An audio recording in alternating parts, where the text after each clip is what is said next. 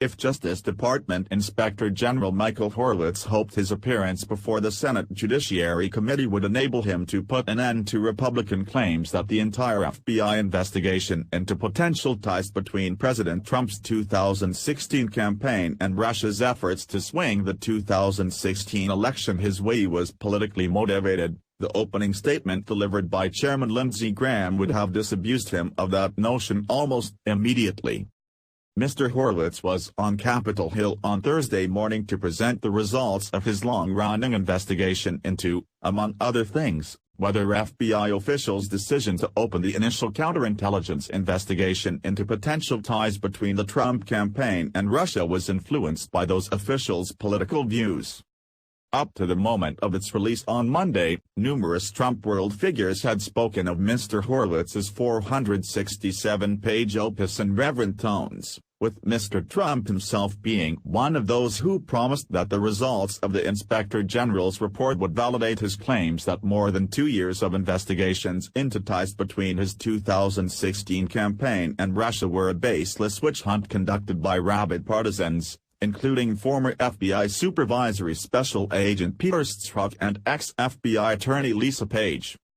Mr. Strzok and Thems Page have become too bête noire to Mr. Trump and his followers because the pair exchanged text messages in which they expressed disdain for the president, who was then a candidate for office. The president has frequently claimed that the two former FBI officials started the investigation as part of an insurance policy against his winning the White House. But rather than validate Mr. Trump's accusations, Mr. Horowitz's report rejected the idea that anyone's political bias played a role in the FBI's decision to open an investigation into the Trump campaign.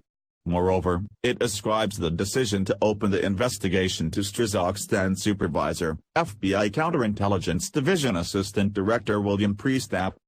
We concluded that Priestap's exercise of discretion in opening the investigation was in compliance with department and FBI policies, and we did not find documentary or testimonial evidence that political bias or improper motivation influenced his decision, Mr. Horowitz wrote, though he also noted that his team found irregularities in paperwork filed with the Foreign Intelligence Surveillance Corps to obtain authorization to surveil a one-time Trump associate, Carter Page.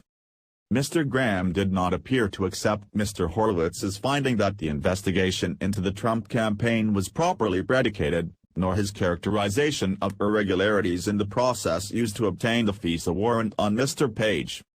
Republican Senator Lindsey Graham brandishes a copy of the Steele dossier as he questions Michael Horowitz, Justice Department Inspector General, over his report into the conduct of the FBI in investigating potential links between the 2016 Trump campaign and Russia, Getty Images.